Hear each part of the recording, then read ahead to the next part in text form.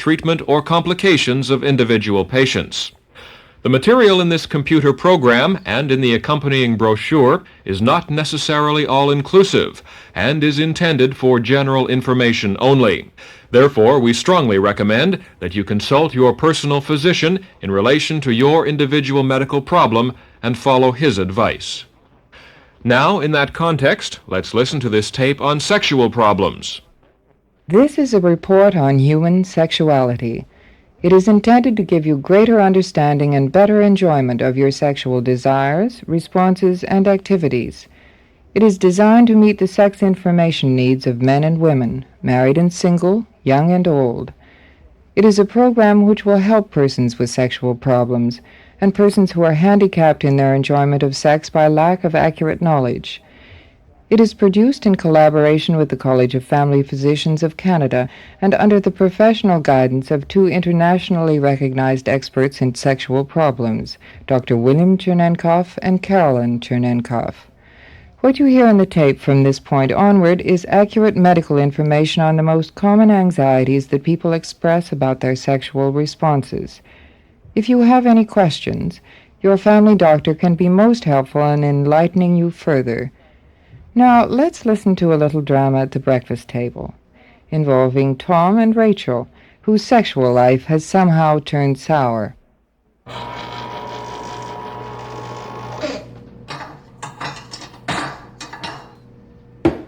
Another piece of toast, Tom. Susan? Susan, you've hardly touched your breakfast. I know. I'm just not very hungry. Well, then at least have another glass of milk. One small bowl of cereal won't last you till lunchtime. Oh, Mom, I'll be okay. Susan! Oh, for heaven's sakes, you two. Rachel, leave the girl alone. If she's hungry, she'll eat. Anyway, where's Gary? He'll be late for school again. I've called him 3 times. It's not my fault he's not ready. He's your son. You go roust him out. Oh, come on, Rachel. Am I responsible for everything around here? Mom, Dad, please. I'm leaving. I'm late enough as it is. You run the kids to school for a change. I'll call you later. Now what did I say? Oh, nothing, dear. Don't you worry about it. It's just that your father and I... Oh, there you are, Gary. Come on, let's get a move on. We're late enough as it is. Hello, Tom. Glad you could make it before the meeting. Come on in. Morning, Jim. Everything okay? Those reports I prepared? Tom, the reports are fine, but there's something else. How about you? You seem a bit preoccupied and edgy these days. Is it the job? Anything I can help you with? You've done so well on it so far. No. Thanks, Jim. Everything's fine. Really. Oh, well, I'm glad to hear it. Look, it's something at home, isn't it, Tom? I don't want to interfere, but we've known each other a long time, and if there's anything I could do to help, you'd tell me, wouldn't you? Thanks, Jim. But really, everything's fine. Just the usual problems, you know. Everyone has them at some time, right? I'll just have to learn to leave mine at home where they belong. Sorry I had you worried. Oh, good. That's settled then. Now let's get down to the job at hand today. Fine, Jim. This is going to hurt my job if I'm not careful. Rachel and I are really going to have to sort this thing out. But how? And anyway, what exactly is wrong between us? Tom and Rachel are in their mid-30s. They have a nice home and 2 fine children. Tom has a good job that he enjoys. Both have friends who share their interests. Yet something is obviously very wrong. Though they may argue about all the usual things, money, the children, holidays, Tom and Rachel both know that there's another much more personal problem, a problem that neither of them feels able to talk about. The fact is, they're having trouble with the most intimate aspect of their married life. Their problem and their inability to discuss it is a fairly common condition among people of all ages. There's a lot of sex these days in magazines, movies, and books, but just the same, many couples who have always taken sex for granted don't know what to do when anything goes wrong with it. For background on these problems, let's talk about sexual intercourse itself. People become sexually mature in adolescence, and this leads naturally to the ability, the need, and the desire for sexual relief. Such feelings are as normal as the feelings of hunger. Usually, the desire for intercourse, the sex drive, is a response to the wish to be physically and emotionally gratified by being as close to one's partner as is humanly possible. The sex drive is stronger in some people than in others. Moreover, the degree of response to sexual stimulation varies from person to person, although it does follow a definite sequence in both men and women. The diagrams enclosed with this cassette will help you understand this. The first response of the male to the female occurs during what is called the excitement phase. At this time, his penis becomes swollen with blood, and he has an erection. When his penis is in the erection state, the female is able to insert his penis into her vagina. The erection is maintained throughout what is called the plateau phase, until increasing excitement and tension eventually result in a climax or orgasm, when seminal fluid containing the reproductive male sperm cells is ejected from the tip of the penis into the vagina. Following this ejaculation, the erection subsides, and this is called the resolution phase. There is, of course, a wide variation in the time involved in all these phases, and in the intensity of the climax or orgasm, depending on many physical and psychological factors. The woman, too, experiences distinct physiological phases. At the start, when she begins to feel excitement, her pelvis and the outer reproductive organs become swollen with blood, giving her a feeling that's pleasantly warm and heavy. At the same time, the walls of her vagina produce a lubricating substance, which makes it easier for the penis to enter. Then there's a plateau phase, similar to the male's, during which excitement and pleasure become more intense. This is followed by a climax or orgasm phase, and then a resolution phase during which the congestion of blood in her pelvis subsides. Both men and women experience the same 4 phases from the start to the end of sexual intercourse, but they don't necessarily experience them at the same time. The woman may reach her climax before the man, for example, or after him, rather than at the same time, and on some occasions, for a variety of reasons, she may not climax at all. There is no such thing as the normal or abnormal in sexual response. Each person responds in an individual and possibly different way with each sexual experience. This response may occur while having sexual intercourse or while utilizing self-stimulation as a means of sexual release. The question of who climaxes first or when is less important than the overall feeling, which should be one of tenderness, a desire for the closest physical and emotional union possible, and mutual satisfaction. The amount of pleasure derived from intercourse can vary greatly and depends to a large extent on the ability of both partners to communicate and respond to one another's needs.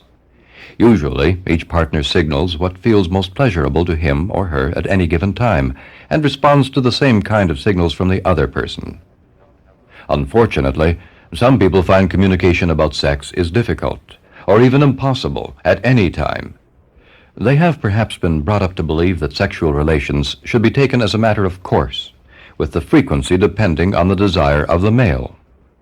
However, such attitudes don't make for the best sexual responses. The results are improved in a framework of sexual equality, in which the man and the woman both feel free to express their needs, emotions, and desires.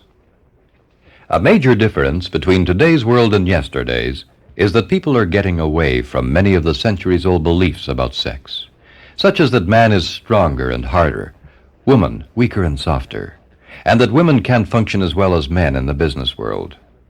Other changes, new technologies, human liberation movements, and effective birth control have contributed to a much stronger life role for today's woman. She is now more independent in social relations, and through the advent of birth control, in her sexual relations. Considering that these changes have largely come about in the last 20-odd years, it's hardly surprising that their effects are now being felt in families everywhere. Could it be that at least part of Tom and Rachel's problem is that their lives are so different from what society had prepared them for? Indeed it could. Let's listen to what happens when Tom and Rachel take their problem to Dr. and Mrs. William Chernenkoff, husband and wife co-therapists in sexual and marital counseling. Rachel, would you like to tell me about some of the problems that you're having in your marriage? Well, I think it begins with our communication. It's broken down so that it's difficult for us to discuss anything. You have how many children? 2. And how has your marriage changed? I don't know if it's really changed. I just don't think our communication really ever developed. All right. Would you like to tell me a little bit about what your marriage was like initially? When we were first married, we got along well. We did things together. I enjoyed that. But when it came to sex, I don't think I was performing up to my husband's expectations. I didn't think there was a wrong way for me to respond. I felt that whatever way I responded was the natural way for me, and it couldn't be incorrect. So it was an enjoyable experience for you. Yes, when we were first married, it was. How has that changed now? Well, it's changed so that I'm afraid I'm not going to meet his expectations, and so I find that I'm avoiding him.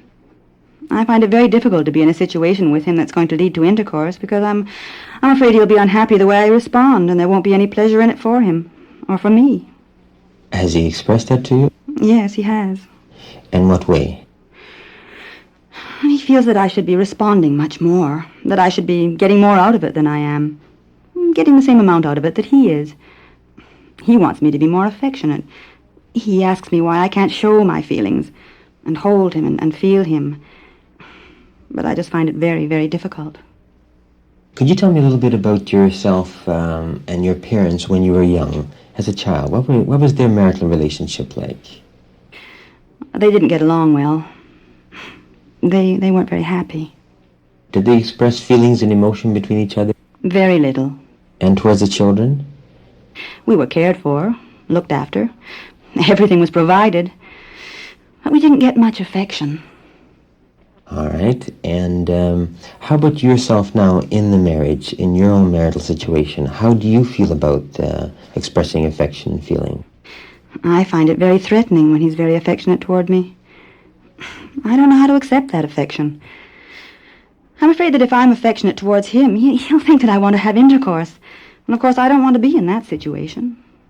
And that's a threatening situation for you. How would you like to see your marriage change? Well, I'd like him to accept me as I am. I'd like him to realize that I may not meet all of his expectations. I can certainly try, but I would just like to have him accept my feelings as they are. Would you be willing to learn to communicate? I'd like to, yes. I find it very difficult to show affection, but I'd like to learn. Dr. and Mrs. Chernenkoff are co-therapists in the field of marital counseling, and each interviews a different member of the marital partnership individually. So now let's listen while Mrs. Chernenkoff gets Tom's version of the problem. Tom, could you tell me what the problem seems to be at the present time? Well, actually, it's our marriage, and I think if Rachel's attitude could be changed, our relationship would be really good. It's just that she doesn't enjoy sex as much as I do. When we were first married, she seemed to enjoy it, except that she just wasn't having the orgasm that I was having, and I felt this was wrong, that she should be enjoying it just as much as I was. I guess I kept asking her why she wasn't enjoying it as much as I was. If you could just help her to be able to respond more and to enjoy sex more, really our problems would be over. You say your problems would be over. Is it affecting your day-to-day getting along together? I think it is. We really don't talk too much about things anymore. We don't seem to have that much in common anymore. I like to touch her, but she doesn't like that. She just avoids me, and I feel very badly about that. What happens when you do express affection towards her? Well, she seems to withdraw.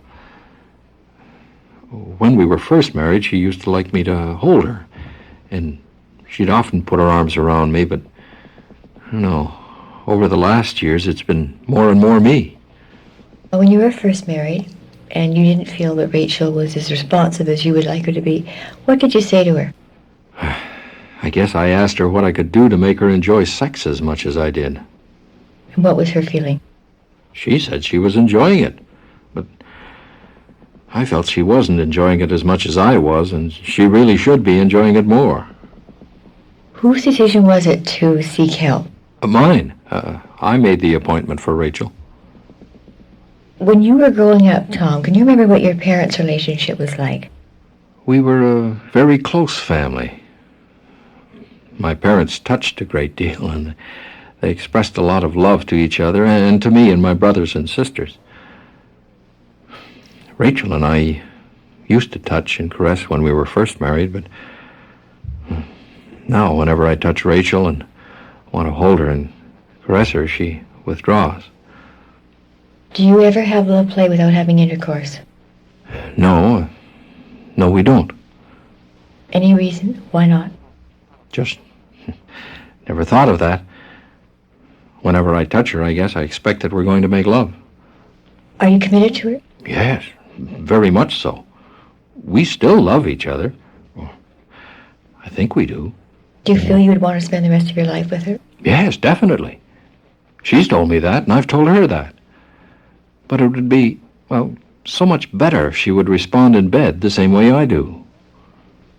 Now, there may be changes required on both partners' sides. Would you accept change in your behavior as well? Yes, I would. Since Rachel hasn't really been wanting me, I just don't get as much emotional satisfaction as I want.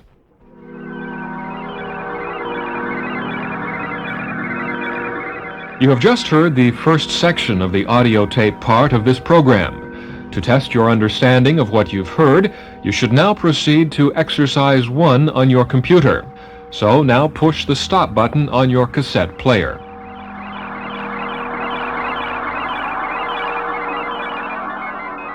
Now back to our audio tape for another period of listening.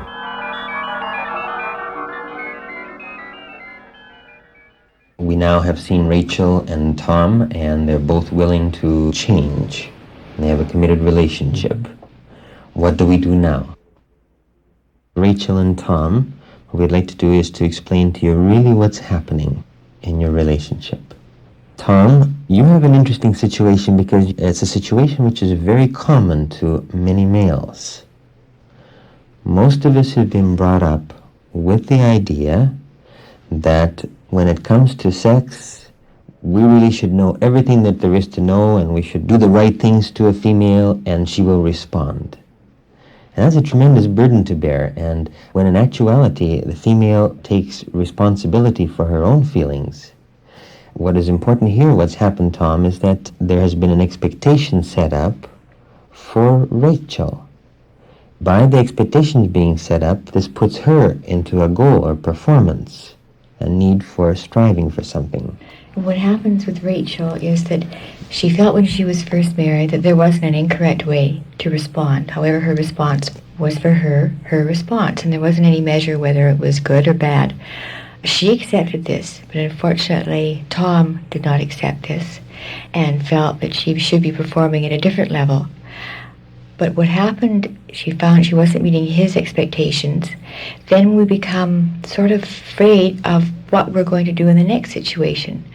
And so we avoid it because we're afraid that if we go into the situation of having intercourse and we don't meet up to our partner's expectations, we're watching to see if this time I'm going to respond better, if it's going to work better, and it cuts down the input we're getting and cuts down our response and makes it even worse. The person becomes very afraid that they're not meeting the expectations, and it becomes a repetitive circle. So you see, Tom, neither one of you are really to blame for this situation. In a similar situation, a couple with a similar background, a similar pattern would develop. And so what we're obviously beginning to see is that the communication has gradually broken down. Both of you come from different backgrounds, both of you have different needs. Tom, you're an expressive type of personality, and Rachel hasn't had this opportunity to learn how to be able to express her feelings and emotions and to touch. And it's not because she doesn't want to. She would like to be able to do that, but she feels not able to at the present time because she doesn't feel secure in the situation, nor does she know how to go about expressing her affection. Now, the first thing, Tom, that's required is to stop expecting Rachel to respond in a certain way, according to what you think that she should respond. What Rachel is enjoying may be quite different from what you enjoy, but she has her right to enjoy those particular feelings. When you were first married, Rachel found that she was not orgasmic, but she found sex very enjoyable, pleasurable. She felt very good about it. But because of your feelings, it did not let her response develop to the optimum. When a female becomes emotionally secure with her partner, she feels she's getting encouragement, acceptance, then she can have her response develop to its optimum. This is where the next step then is for both you, Tom and Rachel. First of all, there should be the goal removed of any performance. And rather than having any threat of intercourse at any time, there can be enjoyable communication of just simply whatever response that occurs. Therefore, initially, we would be asking you to discontinue attempting to have intercourse and just simply learn through various methods of touch, enjoying each other, in communicating your needs. And we define communication as the method and privilege of exchanging vulnerability with the committed partner. Exchanging vulnerability meaning just simply accepting as we are, and our partner accepts as we are. And Rachel has accepted her response as it is, but I think where the roadblock came in her response was in Tom's non-acceptance. In Tom not accepting Rachel. But again, as I mentioned, Tom, society expected you to know everything. And so we really can't criticize you. However, what we're very pleased to see is that you're willing to change. And because you're willing to change, this automatically is the first step towards a change in your relationship to a more enjoyable relationship. The sexual crisis in the lives of Tom and Rachel is a true story, a case history from the files of Dr. and Mrs. Chernenkoff. We've reported it in considerable detail because it vividly illustrates a common sexual problem. The Chernenkoffs describe this and other problems in the group discussions which you are now going to hear. What happens with Tom and Rachel if they are willing to change, and as they've indicated that they are, is that once the threat of intercourse is removed, then what happens is Rachel begins to respond and learn to enjoy whatever feelings occur. And Rachel was very correct when she said she didn't think there was an incorrect way to respond. This is very true. Everybody has different likes, dislikes of food, different appetites, and each person has their individual sexual response. One partner can't be responsible for making the other partner respond, nor can they respond for them. And you see, if Rachel has been trying to respond, then she's not allowing a natural function to occur. She's forcing a function to please Tom rather than please herself. What happens is if expectations are set out that we cannot meet or feel threatened by, or we have negative feelings about our sexual response or anything about it, then these set up roadblocks which impair the natural sexual response from happening. And it takes the response out of its natural context and puts more stress on it than it actually should have. And once these roadblocks are pointed out to the couple and they can see where they can remove them, then the natural response just proceeds. The roadblocks are most commonly the attitudes and feelings that one has about sex. If they've been positive, then the natural response is more likely to occur. If they're negative, then of course it's less likely to occur. Now, two additional roadblocks are extremely important, and these are, number one, fear of performance. Let's look at really what fear of performance is. If we begin to deliberately try to do something and try to achieve something when it really should be just a natural body function, then very often we begin to interfere with that natural process. For example, a professional golfer is practicing for a tournament and he can make a 20-foot putt almost with his eyes closed. All of a sudden he finds himself confronted in a tournament, and he walks up to the ball and he thinks to himself, my gosh, what if I miss? And we have a new introduced factor, fear of performance. And the chances at this stage now of that professional golfer of making that putt are much, much decreased. Now, in the same situation, of course, is a spectator role which develops. The spectator role is one of the other main roadblocks which interferes in the natural body response. In this case, it was Rachel and Tom who were both spectators. When they were having love play, Rachel was watching to see, if he touches me here, will I respond more? Part of her is sitting in the corner watching to see how she's responding, which definitely cuts down the input she has from her partners, touching her from her feelings. She's not totally involved in their love play. And at the same time, Tom is also watching Rachel. That's right. Tom is watching to see whether Rachel is really enjoying the response as much as Tom is. And the more that we keep watching, the less that we begin to enjoy that response. How common is the situation that you've just described? That's the most common presenting problem that we have. What's the prognosis for this couple once they've sought out treatment and have followed your advice? Well, the prognosis is very good. The first key is that they're committed to each other. They're willing to change. And we mean by commitment that they're not committed to the marriage, they're committed to the person. There are many people who seem to have a functioning marriage. It's a commitment to the marriage because it's easier to bring up a family, to meet the needs of society, to pay the bills if the marriage stays together. But they are not committed to the person in the marriage. And if the people are committed, they will wish to be together as much as possible because they find comfort and security in each other's acceptance, understanding, and appreciation. So the commitment is that they stay together because they want to, not because they have to. And as we notice, Tom and Rachel do have that commitment to each other. And that's the first step of really almost guaranteeing him the success. The success of treatment really is dependent on the amount of commitment in the relationship. When a couple's communication begins to break down, there are many dysfunctions that may occur in either one of the partner. A male may develop a premature ejaculation. He may become impotent. There may be a differential developing in the amount of enjoyment of sexual response, or one may lose interest in the sexual response. So the female may lose her sexual response, may become anorgasmic where previously she was orgasmic.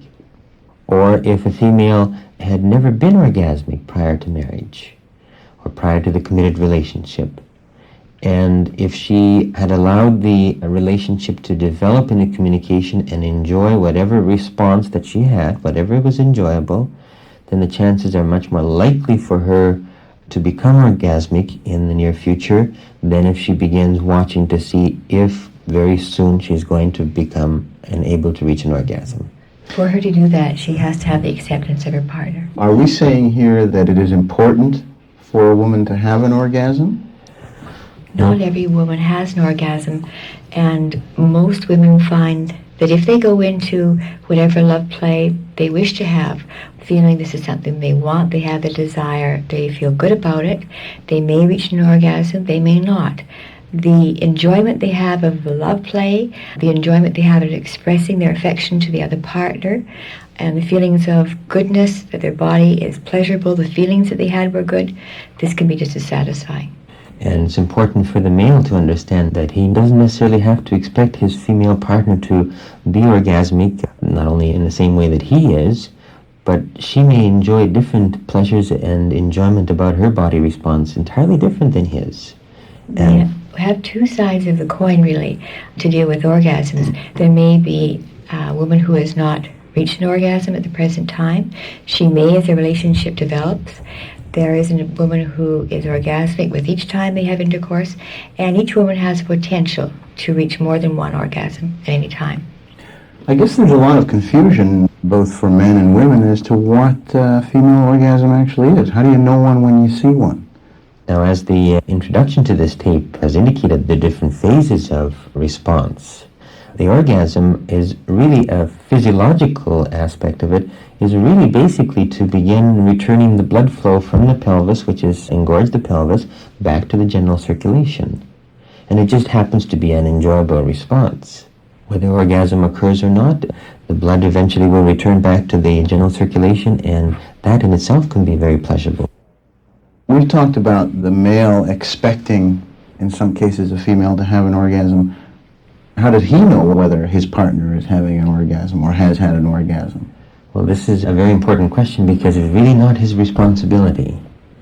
It is up to him to enjoy and to learn what his pleasurable factors are, what he prefers, and that is not his responsibility to know when the female has reached an orgasm. This is part of the reason for communication. If the communication is good between the couple, then what happens is that the female communicates when she's feeling good and enjoying herself. The male communicates when he is feeling good and enjoying himself. So it's really the female's responsibility to express to her partner what her needs, her desires are. If she reaches an orgasm, if she wants to tell her partner that is fine. But if he asks her, that is putting a stress on goal orientation. And then she's afraid next time that if she hasn't reached an orgasm, that she may not be able to next time either. And is he going to ask again? So by him being overly concerned about her, whether she's had an orgasm or not, puts a goal and a fear of performance on her. However, just simply by understanding and accepting her feelings, what was her expression of how did she enjoy that, is much more important and relevant. He may be able to perceive muscular contractions, etc., but there is so much variation in many females that really becomes unimportant. It's how she enjoyed the experience and the response which is more important. That may bring us to another area that we've talked about before, and that is the faked orgasm. I wonder if we could talk about that for a while. The main thing about pretending to have an orgasm is that it sets up a goal. It sets up a goal and removes the enjoyment. Because what happens is that there is immediately a breakdown in communication. In other words, the female is then not communicating what her real feelings are. And if she begins faking or pretending that she's had an orgasm, she really paints herself into a corner. That's right, and it becomes more and more difficult for him to accept eventually that perhaps his female partner would like to modify what they're doing to make it more enjoyable for her. She can say, however, at the present time I'm having a problem, difficulty, I would like some help with it, and I wonder if we could do something different. I feel that I would like this, or I need this. Then she's expressing her feelings, and he knows where she's at, and he knows what is enjoyable for her. Is it possible, though, that by female doing that, she's imposing a threat to her partner? In other words, might his reaction not be, oh my God, I haven't really been able to satisfy my mate the normal way, whatever normal means, and am I a failure as a man, or am I a failure as a lover? Is that a possibility? Well, I think he'd be a lot more threatened if he discovers this 2-3 years later after she's been faking it. Then that's a very threatening situation. She has two choices of either continuing on the untruth or else explaining that she would like to have things changed. Right. You said that you felt that the man might feel very, very threatened if this faked orgasm situation had been going on over a period of years. I'm wondering if there isn't a third alternative, that being that the woman ask for a change but not tell her husband that she's been faking orgasms. I think that's an important point that Carol brings out. From a male point of view, this is a lot less threatening than if the female then, instead of saying, well, look, I haven't been reaching orgasms for a number of years, this to a male would be threatening. Whereas if she simply says, you know, dear, or however they communicate, I begin to notice that I enjoy doing this, and I enjoy when you do this, and this makes me feel good, then of course she's communicating her feelings and needs. Because the motivation for her faking the orgasm originally was probably to reassure him that she was being satisfied. Right. That's right. If a female cannot reach orgasm through intercourse, would it be within so-called normal sexual behavior to reach orgasm afterwards through masturbation, or ask her partner to help her masturbate and reach orgasm this way? Yes, very acceptable. A lot of people think that as soon as they become married, the only way that they should be orgasmic is with intercourse. They may have petted before marriage, enjoyed this a great deal, had love play, reached orgasm that way, but then after they're married they feel this isn't right, and this is totally incorrect. Whatever way they find works for them should be utilized. Would it be accurate to say then, to go a step further, that there's really nothing abnormal in sexual behavior as long as it's accepted by the two partners. That's right. By both partners, right. If it's only acceptable by one partner, then of course the other partner's needs are not being accepted. You mentioned earlier that in some cases, because of the anatomy, methods other than penetration should be used. Could you explain what you mean by because of the anatomy? If we look at the anatomical structure, the female has a very unique situation, and it's a very good situation. She has a structure that is designed primarily for a enjoyable sensation, and that's the clitoris. That really has the sole purpose of providing sensation and enjoyment and response. Now, it is, however, anatomically located a little ways away from where the action is, where the penis is entering the vagina. Now, for some females, because there's a difference in the amount of sensation in different females, there may not be very much stimulation on the clitoral area during intercourse. During intercourse, they require additional stimulation, and this can be provided by themselves or by their partner. But their partner isn't going to know this unless they communicate this need, that at the time that they're having intercourse, it feels so much better or feels so good when you also stimulate me here on the clitoris or in this area, whatever way that you like. And usually the female finds more stimulation on the clitoral area indirectly in the female above position in intercourse. And it should always be the female who inserts the penis. The reason for this is that she knows when she is ready. She knows when she is lubricated, when her stimulation and response has reached a certain level, and she should be the one who inserts the penis, always. And if she takes the responsibility when she's ready and lubricated, then there really will be prevention of problems occurring for the female. And actually many people think, well now, won't this cut down the enjoyment of the male? Won't this make him feel threatened in some way? But in actuality, we find that once males know that their female partner is responding and enjoying and in fact utilizing his body for her enjoyment, this is a tremendous emotional enjoyable experience for the male. Because most males desire their partners to be much more active than passive. And so what happens is that the need or the original concept of I stimulate my partner to arouse her to enjoy something is now changed around. She takes responsibility for her response. He takes responsibility for his response. And they enjoy each other's bodies for their own response. Now, while initially this looks almost selfish because it's enjoyable for your own response, but after the situation begins to progress and after they begin the enjoyment of each other, the fine line of who's pleasing who and for whom disappears, and it becomes a mutual, pleasurable experience. So that intercourse or love play is not something that one partner does to the other person, it's done with the other person. Right.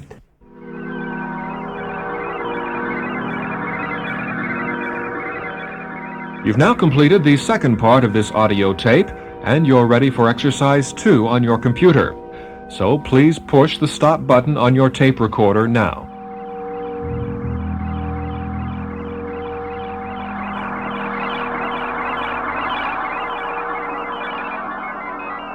Now back to our audio tape for another period of listening.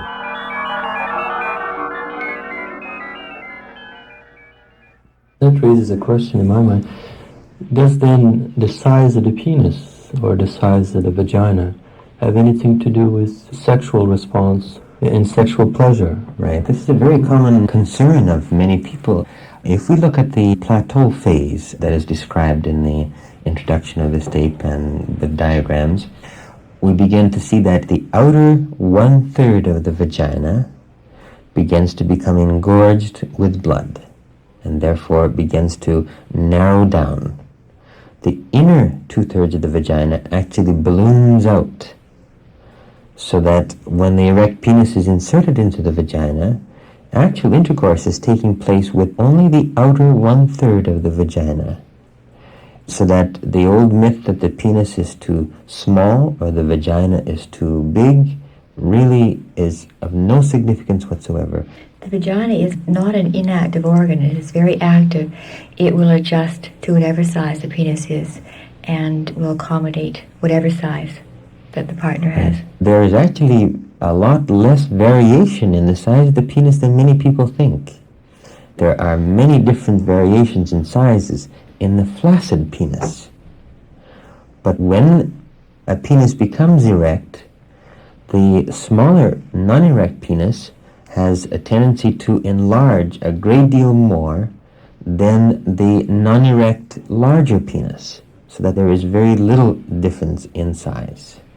I wanted to ask a question about lubrication. Are there times when women don't lubricate, or just no matter how stimulated they feel, the mechanism for lubrication turns off and they need some sort of outside help? We suggest that most people should not use other means of lubrication other than what their normal body response would be. When a female becomes aroused and she is in the plateau stage, serum leaks through the walls of the vagina, and this is a clear fluid. And this is the lubricating substance provided by the body. And for the best intended purpose, it is a natural body function. It will wax and wane. At times during the love play, female will become more lubricated, then she will become less lubricated. If the female is aware that it will become change and variation, then she will not be so concerned about whether she is going to lubricate or she's losing her lubrication. And then if she becomes totally involved in love play and forgets about it, then lubrication will proceed and it'll be very comfortable. There are additional factors as well. For example, many people take antihistamines for drying up the nose, for allergies. And if people aren't aware of it, this also dries the vagina. Because the lining is exactly the same mucous membrane as the lining of the mouth. And so a woman may not lubricate very readily under those circumstances. As we described previously, fear of performance is a very common roadblock. If the female is going to be watching to see if she's going to lubricate this time or not, the chances are not very high that she's going to lubricate. Whereas if she loses herself in enjoying her partner's body and enjoying whatever is happening to her, then she's more likely to lubricate. If the female also feels comfortable that the situation is one which provides privacy, provides comfort, then some of the anxiety is relieved, and this will increase lubrication. If she's worried and anxious that they're going to be found, that this isn't acceptable to her, she has guilt feelings, this will cut down lubrication as well. Doctor, we talked earlier about the importance of each individual enjoying his or her own experience. Does that mean that my partner and I should have our orgasms coincide? And if so, how can we do that?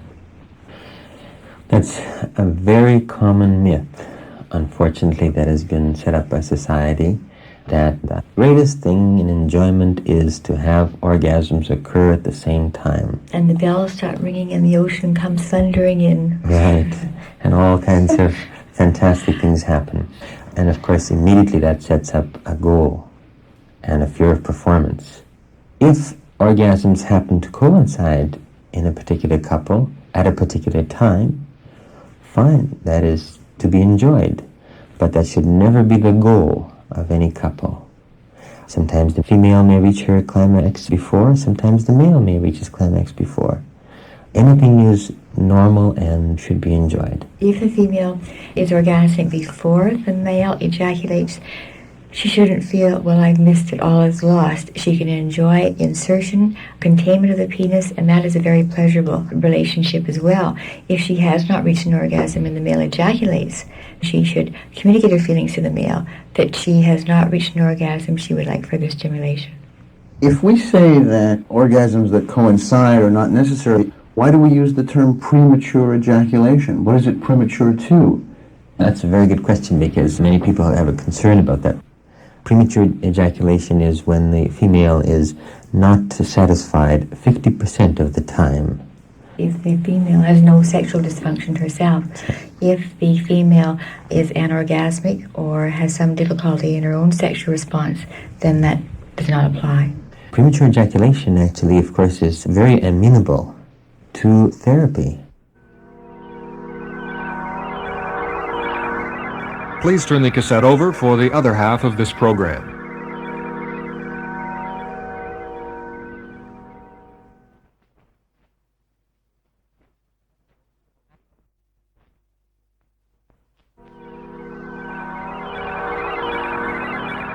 Now, the second half of our audio tape in this VitaFacts computer-assisted learning program. One of the most common preceding factors to premature ejaculation is the initial few experiences that a male has. If the first experience or two of growth and development when the male is younger has been hurried in the backseat of a car or somewhere where one may be worried about discovery, and during times of initial learning and enjoyment of pleasure, the male really doesn't know what to enjoy and what may be enjoyable for his partner, and tends to end up thrusting and therefore ejaculating fairly rapidly. And at this time, the female may feel very pressured of being discovered as well if it's an uncomfortable situation, and she may give the male the impression that she wants him to get it over with as soon as possible. So what happens is that the male may ejaculate very rapidly. Another additional factor which occurs is that most males at some time or other stimulate themselves, masturbate. This is a natural sexual release. And of course, again, very often it's hurried, and this very often sets up a pattern for premature ejaculation.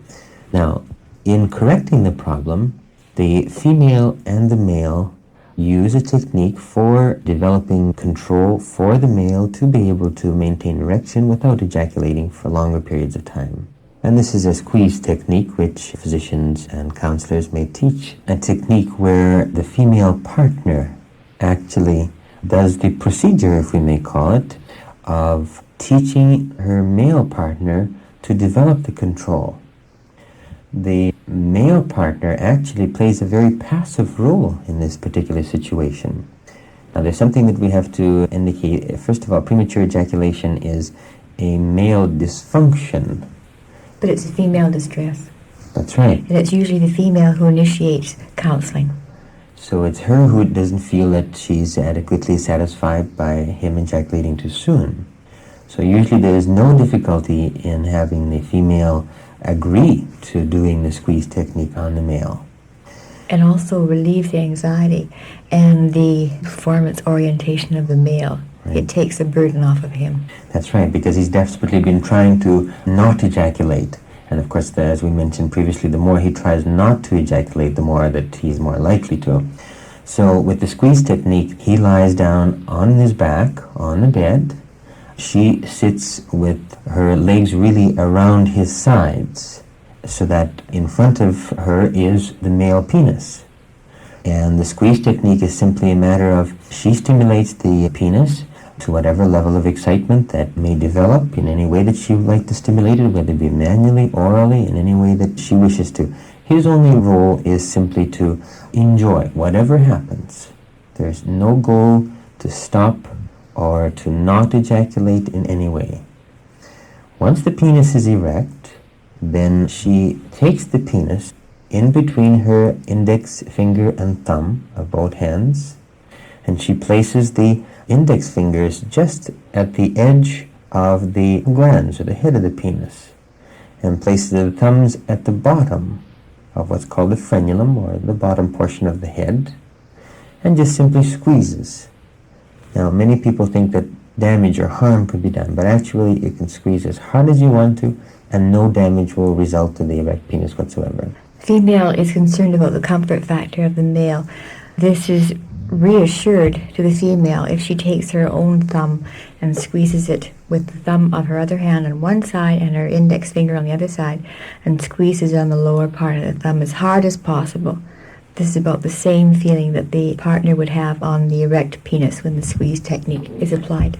And she squeezes for about 4 seconds, and the penis may lose some of its erection or it may not. It really doesn't matter. And then she continues on stimulating it. But what that squeeze does is it prevents ejaculation from occurring. And then she keeps on stimulating the penis again, and once it is again firm, or after a length of time, then she squeezes again. Now, one additional thing.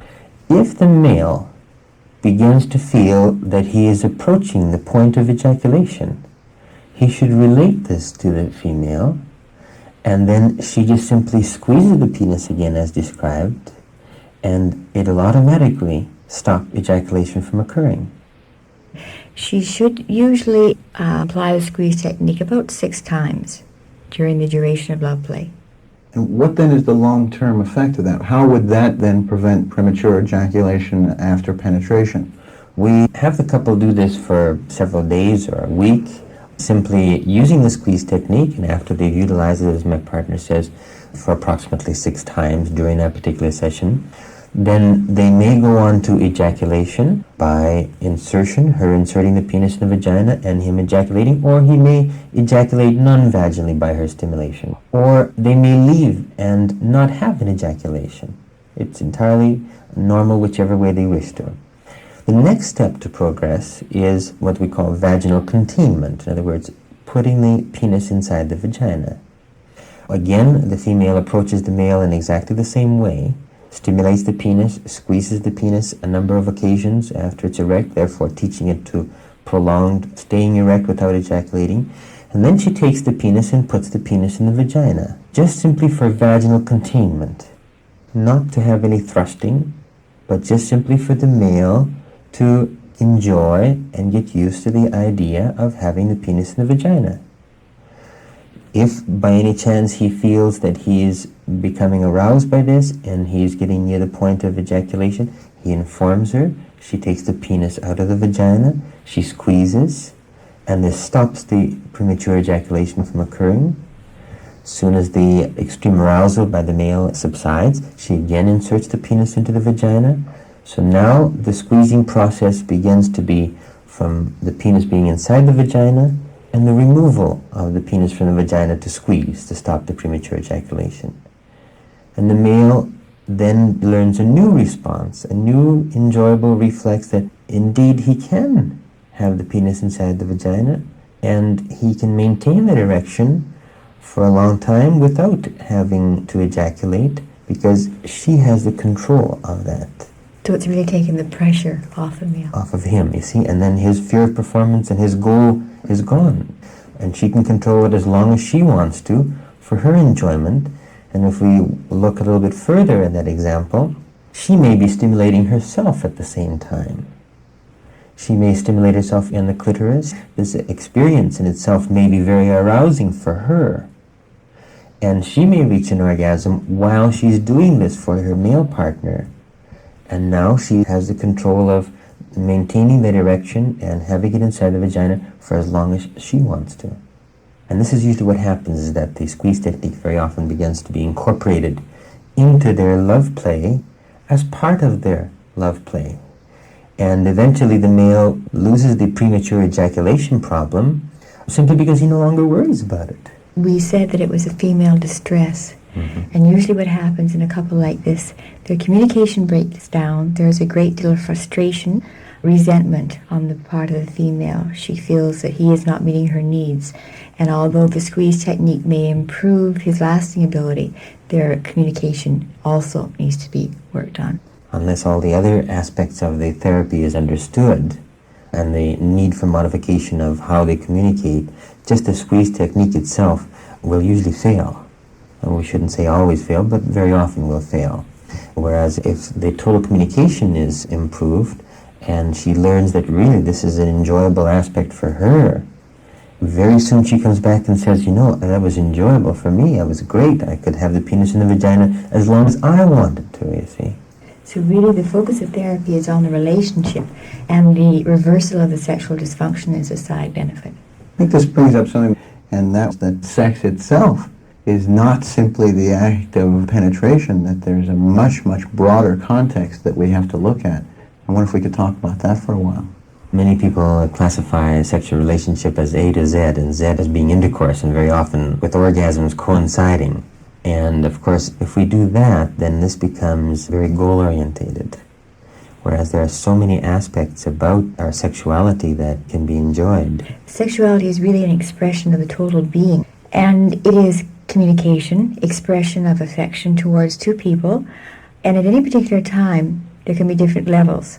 One is not at any particular time any better than another. Holding hands, cuddling, caressing can be just as enjoyable and sometimes even more enjoyable than just having intercourse. And if we are always aiming at having intercourse, that's the end result, we're missing out on all the enjoyable responses and feelings that we're having in getting there.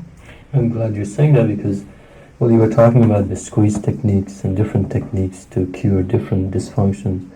I was getting very concerned about sex becoming mechanical, becoming a series of techniques that one employs to... Pushing the buttons. I'm sure that a sense of humor is probably one of the most valuable tools to overcoming any difficulty. We say that sex is really a means of reproduction, communication, and it's fun.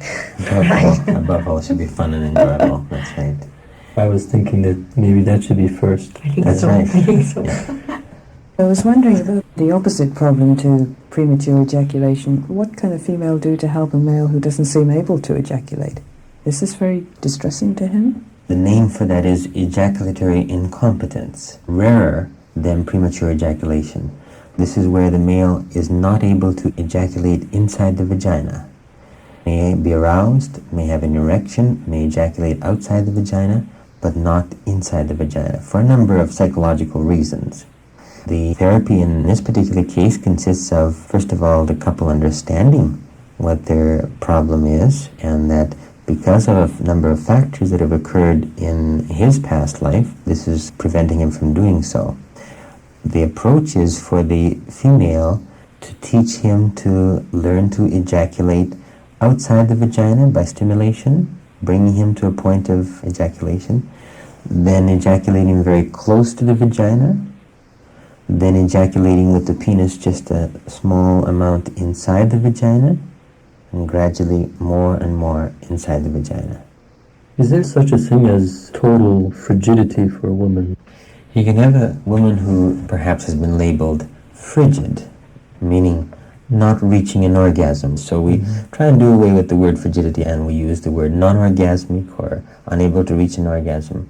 But you can have a very so-called frigid woman that somebody might label as such, and yet be not reaching an orgasm, but be a very warm individual. And reach very high levels of response and really feel that she is enjoying her sexual relationship, feels very free, comfortable, but she is anorgasmic. You may have a woman who is orgasmic and reaches orgasms, but yet may be very cold. So we do away with the word frigidity and we prefer whether there is an orgasmic dysfunction or not, or whether the woman is orgasmic or not, rather than frigidity. Do you ever encounter women who are totally unresponsive sexually, who are unable to respond sexually to any stimulation? Is this a possibility? There are women who, for a number of psychological reasons, just feel no response at all. A very common way of expressing it is, I'm just not interested in sex. There are many psychological possibilities for it. One of the most common is growing up with the very negative attitudes and feelings. For example, attitudes that sex is dirty, body is dirty, don't touch, pleasure isn't something that should be enjoyed. These are negative attitudes. Negative feelings can be feelings of worry, anxiety, fear, frustration, anger, depression. Fatigue. Fatigue is a very common one in our society. These are usually women who do not have their sexuality incorporated in their total body image. They really haven't accepted themselves as a sexual person who has built up sexual frustrations and can seek an outlet for those frustrations. What then can be done, if anything, for women who are totally unresponsive? Right. Well, the first thing for the female who is totally unresponsive is education. Identification of the problem. If a woman comes in and says, well, it's really me, I'm unresponsive, I'm not interested in sex, I don't have any response at all, it's not my husband's problem, it's me, we don't accept that. It is the communication between them that has deteriorated, and therefore she's become unresponsive or never has developed a response. Very often it can happen as well if a woman has been responsive when they were first married, she felt committed to her partner, But through situation of circumstances, maybe perhaps because of alcohol, she has lost respect. Her feelings have changed for her partner, and she doesn't really care for him any longer. So the identification with the problem is education and teaching that couple to relearn communication. And once they relearn communication and relearn to enjoy whatever feelings, now when an individual says, I feel nothing, that means that they're not recognizing certain feelings that every one of us have that are enjoyable. And sometimes also their expectations are very unrealistic. That's right. And once we have them learn and pick out things that are enjoyable about their situation, about their response, then the underlying natural body function comes out. In these women as well, they have to be aware of what negative feelings there are, and then they are instructed in how to change these to positive feelings. And we're amazed at the frequency with which the underlying natural sexual function comes out after this is done. One of the negative feelings that we have is anxiety, worry, fear, all right? If we try and hide it from our partner and simply say to ourselves, well, I'm really afraid of this situation, I think I'm going to fail, but we don't relay that to our partner doesn't know we have that fear. And as soon as we verbalize it to our partner, dear, I'm really afraid that this time I'm not going to respond, then we are well on the way to neutralizing that fear, but we've also done another thing. We've communicated our vulnerability to that partner. And the partner doesn't have to solve the problem. They should never ask why, because we can't explain our feelings. It has to be accepted as a fact. If he says, I understand you have apprehension, would you like to talk about it? And she can express herself further. But as long as he says, I can understand that, I can appreciate that, that's all she needs. You mentioned that frequently women come in and say, I'm not interested in sex anymore. And then you said something I thought very interesting, which I think bears repeating.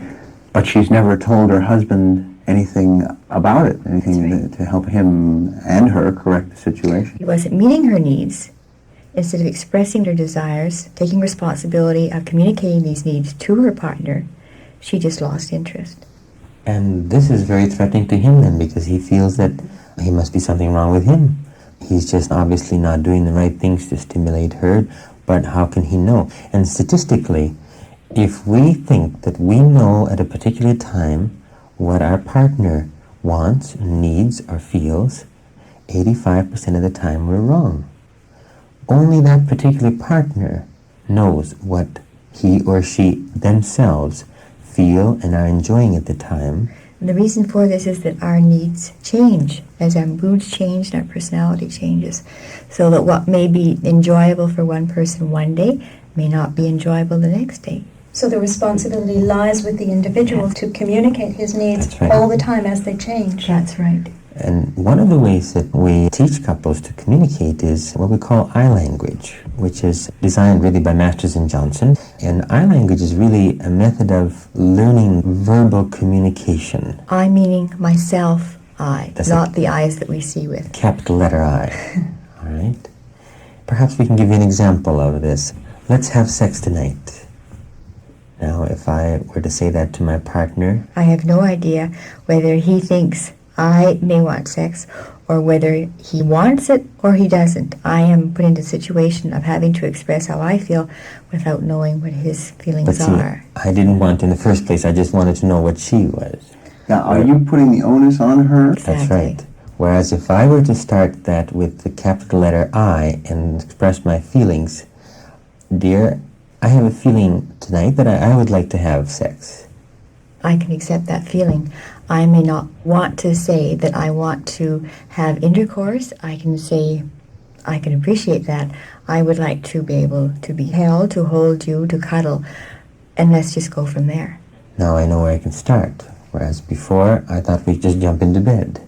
And go from A to Z. And go from A to Z, right. Whereas now I know she wants to be held first. And that makes me feel good because I know that she must care for me to want to hold her. Now, if I were to say, leave me alone, just leave me alone. And I don't know why he says that.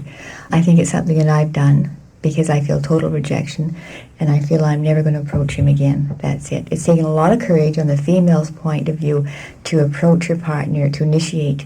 And if he says, don't touch me, that is going to ruin it for a long period of time. But you see, I didn't want her to leave me alone. Each one of us have a need at times just to want to be by themselves. It's a basic human need at times. We want to think, or we want to decide certain things through.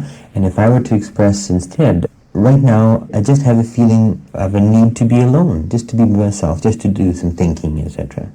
And I can accept that, because there are times when I need to be alone as well, and I want him to be able to appreciate and understand those. Then I can say, that's fine, we'll see how you feel a little while longer. I still would like to hold you later on. Now we know where we're at. So what it really does is it's communication of needs, feelings. It's not to be used to order someone to go and take the garbage out. I need you to take the garbage out. It's an expression of feelings and your needs, and each one must express what their feelings are. I feel good, that made me happy, I feel that was pleasurable sensation. I have expressed what I feel, and then I can say, and I need to know what your feelings are, or I need to know where you're at. But I can't say to him, how did you like that? Because I haven't expressed to him what my feelings are first. Because I don't know what her feelings were first, and then I don't know how to respond to that. Again, a threat. A threat, right. If I say, let's go and eat right now, that means I want to and you ought to. That's right. So I don't know where she's at. Does she really want to go? Or is she just asking and finding out where I'm at? So I could change that by saying, I feel hungry, I'd like to go and eat. How do you feel? Very often females will feel that their male partner is extremely dominant over them and that he takes the command, makes the decisions. But if you look at it more closely, that female has not taken the responsibility of expressing her needs, her feelings, and the dominant role that he is showing, she has let him go into that dominant role. I noticed that the technique that you've just been describing, while it can easily be used in a sexual context, can also be applied to other aspects of the relationship, from who's going to do the shopping that week to whether that you're going to go out and eat. And I was wondering to what extent the quality of the relationship outside of the bedroom relates to the quality of the relationship sexually. That's really a good point, Carol. Specifically for women, I don't know if it really pertains that much to men, and sometimes it's difficult for them to understand. But the bedroom door does not close out what has happened in their day-to-day activities and what's happening in the bedroom. It's a continual time of sharing things, doing things together. And the more really good communication that the couple have in their day-to-day, everyday relationship, this carries right through to the bedroom, and also gives the female sort of a conditioning, good feeling about how her male has made her feel acceptable. She's able to express her feelings. They can decide things together, and then this proceeds so that she can express her feelings and needs in a sexual connotation as well.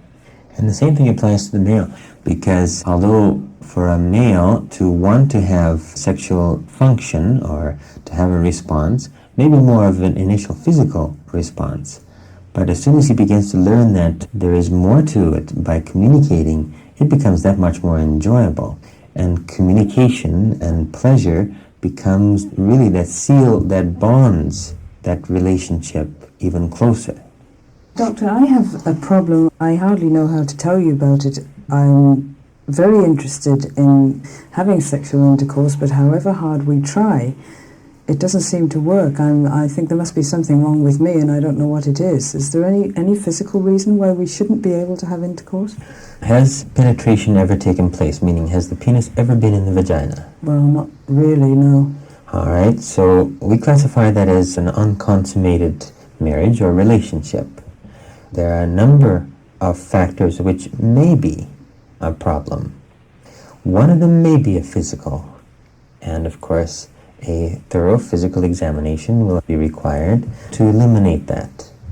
But in general, the vast majority of these problems are due to emotional stress. And one of the most common factors causing this is what is referred to as vaginismus. Now, vaginismus is where the vaginal muscles contract whenever there is any approach of a penis to the vagina.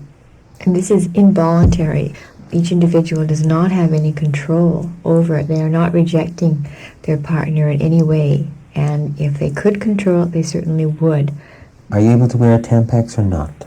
No, I never used Tampax.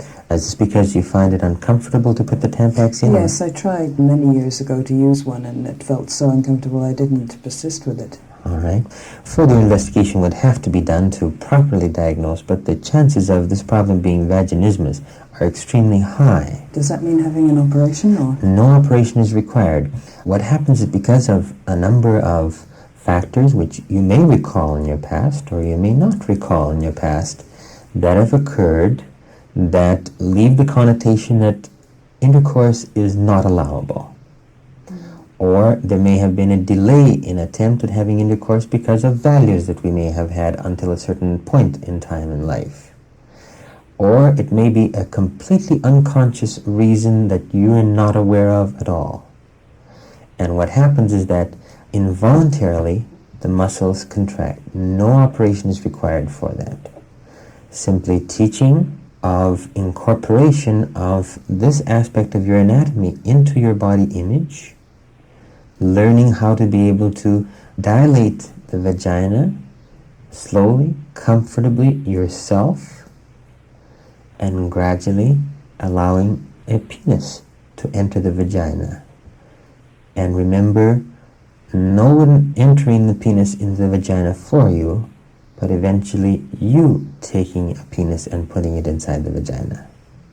Is this a condition that can occur after successful intercourse or perhaps even childbirth has occurred, or is it only a beginning condition? It's almost always a beginning condition. With respect to some of the other problems that we've discussed, is there such a thing as suffering, say, from impotence or one of the other problems just temporarily, say once, and then it never happens again? And is that anything to worry about? Yes, and probably the most common one is really a form of medication or a drug, I suppose, and that's alcohol. Alcohol is one of the things that have the most depressing effect on our body response. Many people think that it may make them less inhibited to begin with, but once they become less inhibited, there's a very fine line that is drawn before the alcohol really deadens the total body response. And they just do not respond. It cuts down all the response that their normal, natural sexual function would have. So we caution very strongly anyone who is having a relationship to have no more than 1 ounce of alcohol per day. Then what happens is they develop a fear of performance, and they might find, well, I'll go and have a couple of drinks, then I'll feel more relaxed, and maybe it'll work better. So they get into having a couple of drinks, hoping they'll feel more relaxed, get into the situation again, and it doesn't work again. So the next time they have a couple more drinks, thinking that this will relax them more, and it becomes a vicious circle. Now, what my partner has just said applies to females as well as males, but especially in males.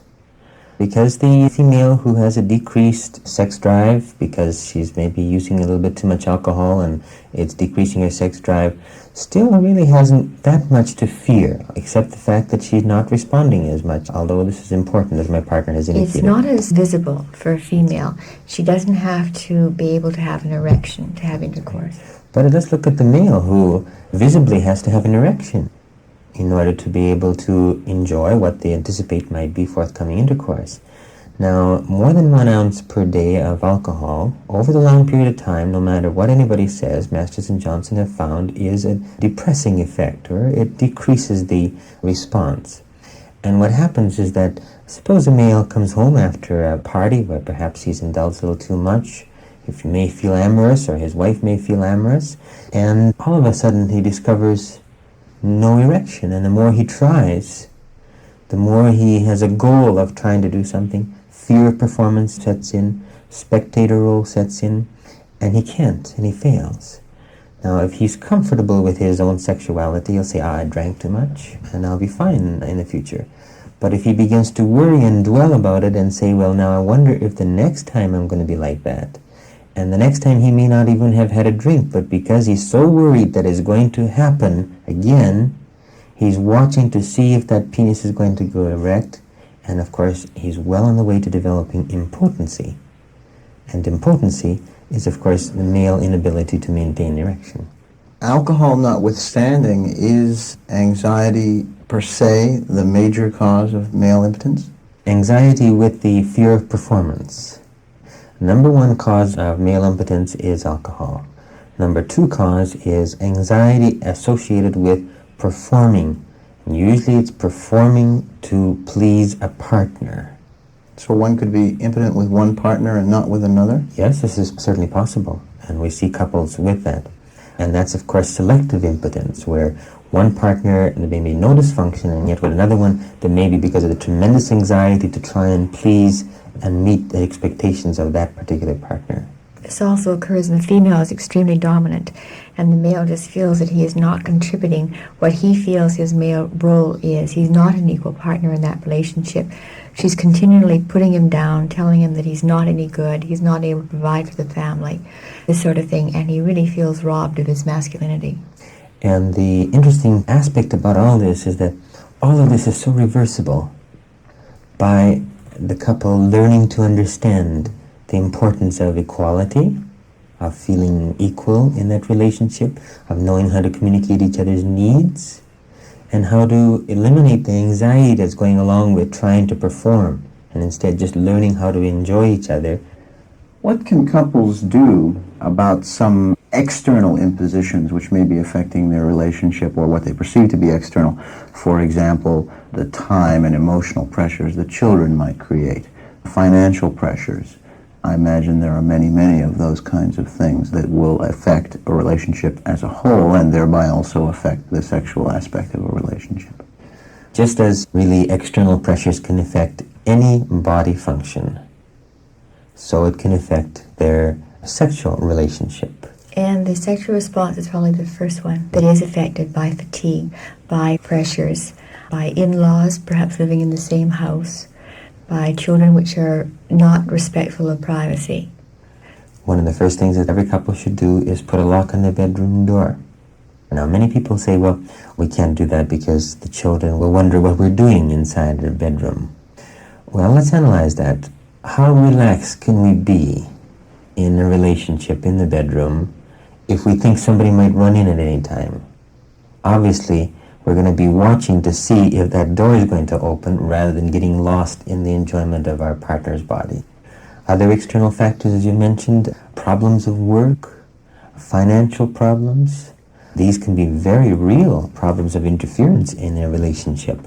And of course, they have to be solved.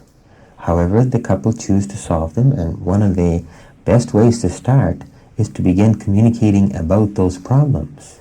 If there are secrets, for instance, that a male has about previous sexual relations or affairs that he's having or thinking of having or homosexual thoughts and feelings, that could also interfere, couldn't it? Mm-hmm.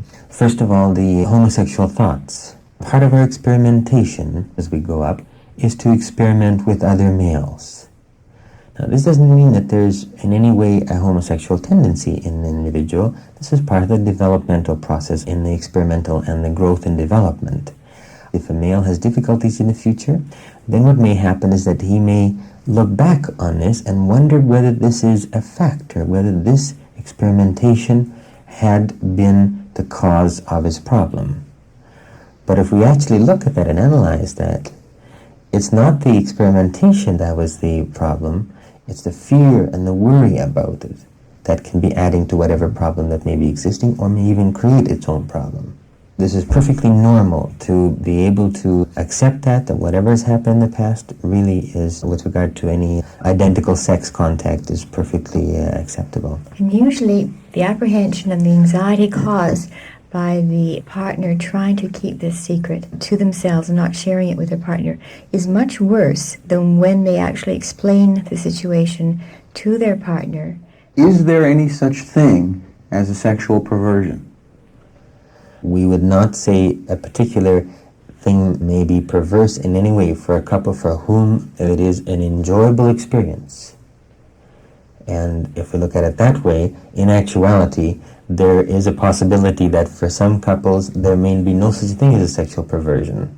For others, they may feel that for them or for one partner, this is not acceptable. I wonder if we could also talk about how many people do have sexual problems. It's a very, very common problem. In North America, and probably, of course, throughout the world, but certainly in North America, 50% of all marriages have some form of marital or sexual dysfunction.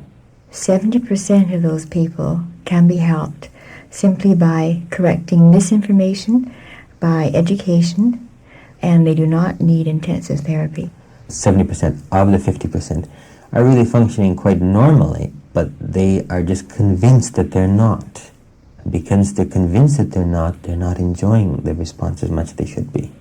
And they don't see it as being that important that they need counseling, and so they sort of get along with it for a period of time until the years pass by and it gets to the situation where neither one of them feel they can continue in the relationship without some improvement being made.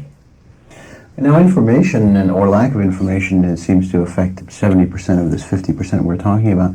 What about the remainder of the people, the other 30%? Are they hopeless cases? No, they of course will require more intensive therapy. Before, 10, 15 years ago, situations were really fairly hopeless for this population, and they learned to live with their problem. But now, with the knowledge gained by Masters and Johnson in their research and their experience in their therapy, and by many therapists utilizing their technique or similar techniques throughout North America, help is available for them. Where does one go for help? Their own physician, their own family doctor.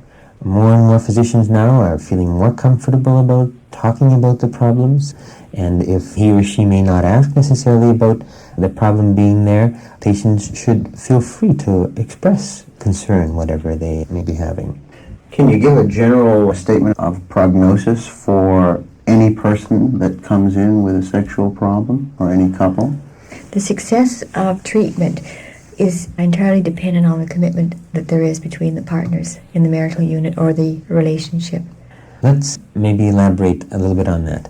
If a couple has a dysfunction, and let's list some of the dysfunctions: impotency, premature ejaculation, vaginismus, where the vaginal muscles are in such severe contraction that intercourse is impossible, aversion to sex, where one partner, once they get involved in the response, enjoy it, but to get started just can't seem to get themselves interested initially. Or anorgasmic female, where the female may have never had an experience of orgasm before, or may have been at one time and no longer is, or has lost interest now. Or if one partner has different needs, would require to have increased sexual frequency of having intercourse than the other partner desires, and this has to be worked out. This is another area of a problem. Now, in a committed relationship, as we've defined it, the results of therapy is extremely good. On the average, about 85% success rate. And of course, this is very dependent on the motivation of the couple. In a committed relationship, right, and if they want to. However, if we were to have a couple who have a dysfunction, any one of those dysfunctions that we may have listed or other dysfunctions, who have adapted of living together in the same house for the sake of the children, and who really do not care for each other, and really are committed to the marriage and staying for the sake of the children, but really say, well, now, if you can make things different for us and change us so that we'll enjoy the sexual response, but we really can't stand each other in the house. They're living in two separate worlds. Then, of course, the failure rate is so high that it really wouldn't even take a couple on like that for therapy. But you're saying that for a committed couple, the vast majority of them who have some sort of a sexual problem simply don't have to live with it. That's right. That's right. That's right. And I think more and more people are becoming aware of that and seeking help. That's right.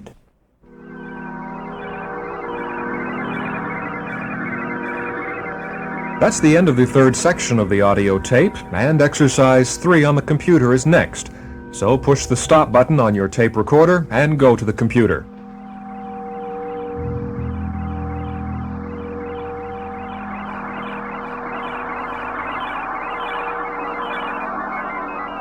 Now back to our audio tape for another period of listening.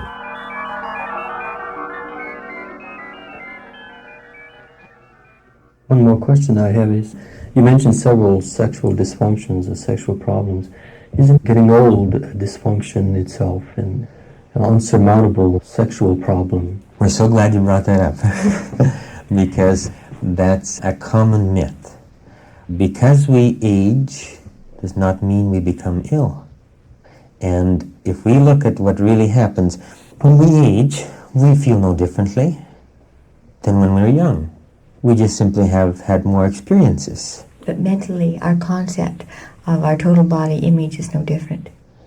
And we really are no different than we were younger, except that society has programmed us so much that we begin to think and feel that we're different.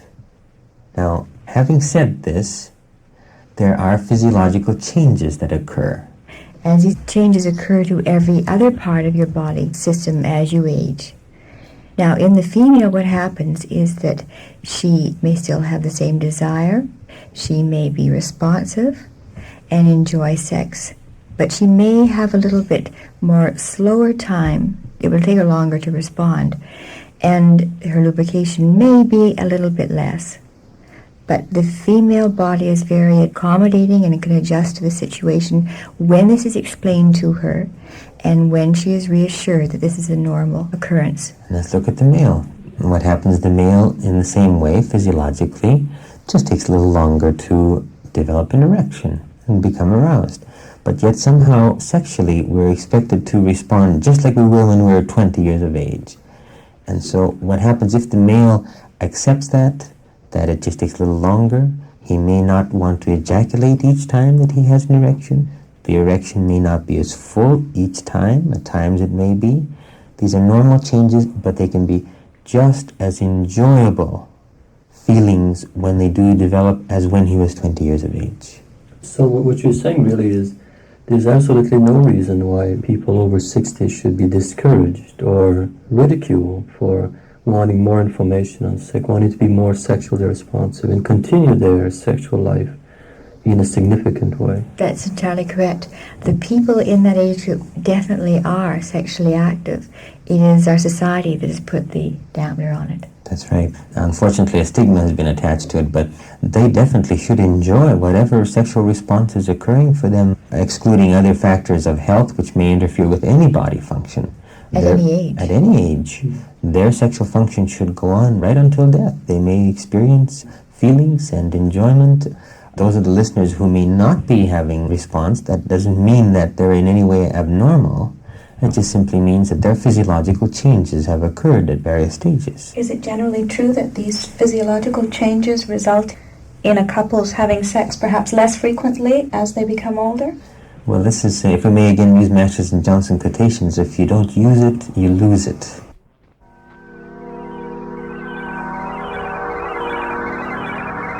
That completes the panel discussion, but before we go on to the summary section of the audio tape, we'll ask you to turn to your computer for exercise number 4.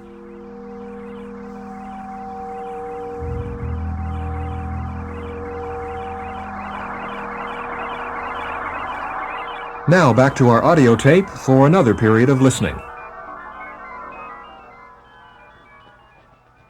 And so we bring our discussion to a close. Through listening to this cassette, you've learned more about sexual relations, starting with the fact of human sexuality, what it is, what part it plays in a person's life, and how it affects and is affected by your attitudes and your physical and emotional development. Next, we listened in on a family situation, which showed how sexual problems between two people can affect them, and also those close to them. Then, we discovered how such problems can be identified and overcome by professional sexual guidance. And finally, we talked about the old wives' tales and misconceptions, which unfortunately form the basis of just about all that many people know about sex. You should now recognize that sexuality is a part of you, that it's normal and good, and an important factor in an emotionally complete and satisfying life. And so it follows that a sexual relationship which is not as fulfilling as it should be can affect your well-being. For example, sexual problems may manifest themselves as headaches, fatigue, irritability. In other words, conditions which can be more readily dealt with. But once the headache is gone, the underlying problem will still remain unless we also do something about it. Perhaps the most important thing we've learned today is that sexual problems are surprisingly common and rarely hopeless. Lack of communication seems to be the greatest single problem. If you find it awkward to communicate with your mate at this very intimate level, or if your communications aren't helping to solve your problem, then don't hesitate to seek professional aid. Your family doctor can usually assist you with your problems. Or recommend a sexual counselor who will treat you in complete confidence. A happy, healthy sex life is not just a matter of chance. As Tom and Rachel have discovered, it's available to us all.